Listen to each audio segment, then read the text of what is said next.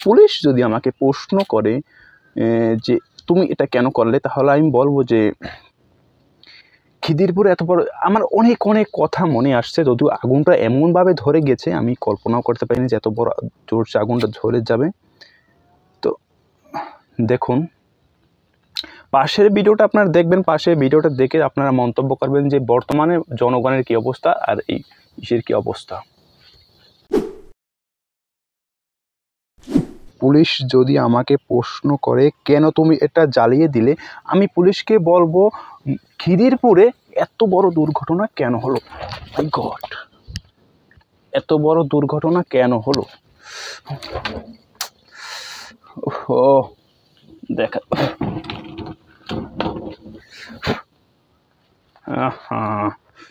পুরো এখানেও পুরো পুরো বড় বড় এক ধরনের দুর্ঘটনা ঘটে গেছিল এখানেও প্রায় একটু ভিতরে। পুলিশ যদি আমাকে প্রশ্ন করে যে তুমি এত বড় কাজটা কেন করলে, তাহলে আমি পুলিশকে বলবো যে খিদিরপুরে এত বড় দুর্ঘটনা কেন হলো, এত সুরক্ষা থাকতেও খিদিরপুরে এত বড় দুর্ঘটনা কেন হলো। পুলিশ যদি আমাকে প্রশ্ন করে যে তুমি এটা কেন করলে, তাহলে আমি বলবো যে খিদিরপুরে এত বড়, আমার অনেক অনেক কথা মনে আসছে, যদিও আগুনটা এমনভাবে ধরে গেছে আমি কল্পনাও করতে পারিনি যে এত বড় জোরসে আগুনটা ধরে যাবে। তো দেখুন পাশের ভিডিওটা আপনারা দেখবেন, পাশের ভিডিওটা দেখে আপনারা মন্তব্য করবেন যে বর্তমানে জনগণের কী অবস্থা আর এই ইসের কী অবস্থা। দেখুন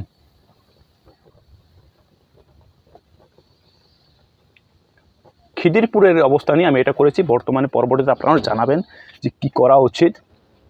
পাশে জ্বলতেছে, দেখলেন কিভাবে খিদিরপুর জ্বলে গেল। খিদিরপুর নিয়ে এই আজকের ভিডিওটা আমার তৈরি করা হয়েছিল, খিদিরপুর নিয়ে।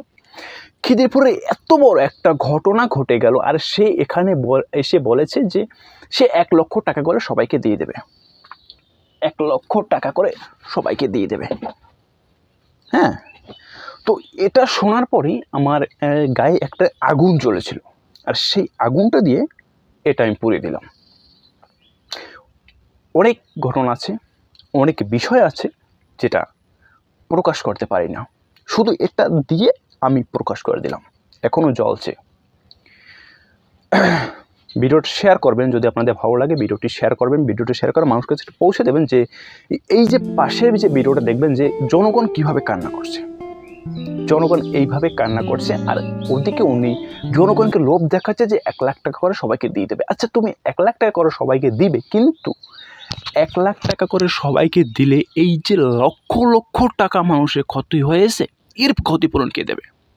এর থেকে আমি বলি কি যে তোমাকে আমরা 1 লক্ষ টাকা করে দেবো, তোমাকে সবাই আমরা প্রত্যেকটি পরিবার থেকে আমরা 1 লক্ষ টাকা করে দেবো, তুমি মুখ্যমন্ত্রী ছেড়ে দাও, তুমি মুখ্যমন্ত্রী থেকে পদত্যাগ করো, তুমি সরে যাও, তোমাকে আমরা সবাই 1 লাখ টাকা, তোমার তো সবসময় টাকার প্রয়োজন, তুমি প্রতিটা জায়গায় তুমি তিলোত্তমার বিচারের সেখানেও সে টাকার এই দেখিয়েছে যে পরিবারটাকে আমরা 10 লাখ টাকা দিয়ে দেবো। সেই মুখ্যমন্ত্রী তো নেই নাকি। কিছুদিন আগে অনুব্রত মণ্ডল যেভাবে একটা নববধূকে, একটা মাকে, একটা পুলিশ অফিসারের মাকে যেভাবে গালাগালিজ করেছে, সেই পার্টির মুখ্যমন্ত্রীই তো উনি নাকি। তাহলে সে টাকার লোভ দেখাবে, এটা খুবই স্বাভাবিক, এটা খুবই স্বাভাবিক একটা ব্যাপার যে সে টাকার লোভ দেখাবে। আপনার যদি একবার এই যে পরিবারগুলোর, খিদিরপুরের যে হিন্দু পরিবারগুলোর দোকানপাটগুলো পুড়ে ছাই হয়ে গেছে, সেখানে অল্প কিছু সংখ্যালঘুর দোকানপাট রয়েছে, কিন্তু প্রায় 95% দোকানপাটেই হিন্দুদের। সেটা জেনেই এখানে এরকম একটা ঘটনা তৈরি করে, সেটা পুরোটাই পরিকল্পনিত ব্যাপার। এটা পুরোটাই পরিকল্পনা করা ছিল আগে থেকে যে এরকম কাজটা হবে। কেননা এই চাইলেই তো পুলিশ তাড়াতাড়ি এখানে পৌঁছে যেত পারতো না? অবশ্যই পারতো। কেন যায়নি? কারণ তাদের মুখ্যমন্ত্রী যে বলেছে যে সেখানে আপনারা যাবেন না যতক্ষণ সেখানে পুরো ছাই না হয়ে যাবে। পুরোটাই প্ল্যান করা। ওই যে 1 লক্ষ টাকা করে দেবে সবাইকে বলেছে, ওই টাকাগুলো তার রেডি আছে, সে সবাইকে 1 লক্ষ টাকা করে দেবে, সে সেটা রেডি করেই তারপরে সে এরকম একটা কাজ করেছে। মানে ইনি যতদিন আছে ইনি যতদিন থাকবে এরকম কাজ আপনারা প্রতিনিয়ত দেখবেন। আমি বেশি কিছু বলবো না। আমার এই যে পুরো ইটা পুড়ে ছাই হয়ে গেছে, অনেক ক্ষতি হয়েছে, এখানে নিচের ইটি অনেক পুড়ে গেছে। যাই হোক, অনেক কথা আসছিল ওকে। আমি যখন বাসায় বসে দেখছি এই ভিডিওটা যে 1 লক্ষ টাকা করে সবাইকে দেবে, আমি আর সইতে পারিনি, এক মুহূর্তের জন্য আমি সইতে পারিনি যখন সে বলেছিল যে 1 লক্ষ টাকা করে সবাইকে দেবে। আমি আমি আমি আমি আমি কী বলবো বুঝি না, মানে এত ক্ষতি মানুষের, আর সে 1 লক্ষ টাকা করে সবাইকে দিতে চেয়েছে, এরকম মুখ্যমন্ত্রী। আমি ভিডিও করতে আপনাদের ভালো লাগলে ভিডিওটা শেয়ার করবেন, ভালো না লাগলে মানুষকে যদি দেখানোর প্রয়োজন হয় যে আমি একটা কাজ করেছি, আপনার যদি দেখানোর মন চায়, আমি কী বলি আমি বুঝি না। ভালো লাগলে ভিডিওটা শেয়ার করবেন, ভিডিওটা শেয়ার করে মানুষকে একটু দেখাই দেবেন যে আমি একটু হলেও কাজ করতে পেরেছি, আমার রাগটা আমি বহিঃপ্রকাশ করতে পেরেছি। এটা আমি নিজে থেকে বলছি, আমি আমার রাগটা আমি প্রকাশ করতে পেরেছি। এর জন্য আমি এই আমার রাগ, এই যে রাগ আমার দেখতে পাচ্ছেন, এই রাগগুলো আমার সব পুড়ে ছাই হয়ে গেছে। আমি এখন শান্ত হয়ে গেছি।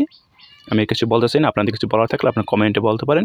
আর পুলিশ যদি আমাকে বলে যে তুমি এরকম কাজ করলে কেন, পুলিশ যদি আমাকে ধরে, তাহলে আমি বলবো যে এত ঘটনা কেন হলো, এত বড় দুর্ঘটনা কেন হলো, জানা অবস্থায় কেন পুলিশ সেখানে তাড়াতাড়ি পৌঁছাতে পারলো না?